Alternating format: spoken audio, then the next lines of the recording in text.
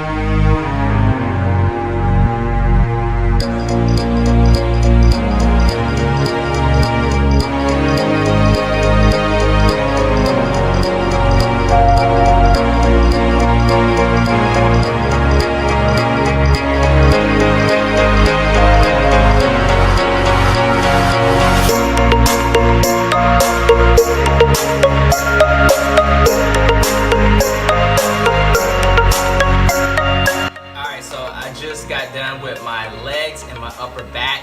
Keep in mind, if you're not used to foam rolling, it could be a little uncomfortable in the beginning, but it's gonna help you in the long run, and after you're gonna feel great. It's gonna get that blood moving through your muscles. It's gonna break up that tightness, and it's gonna help with soreness as well. Anyways, I hope this was helpful for you. So y'all get the foam rolling and see the benefits of it. Peace.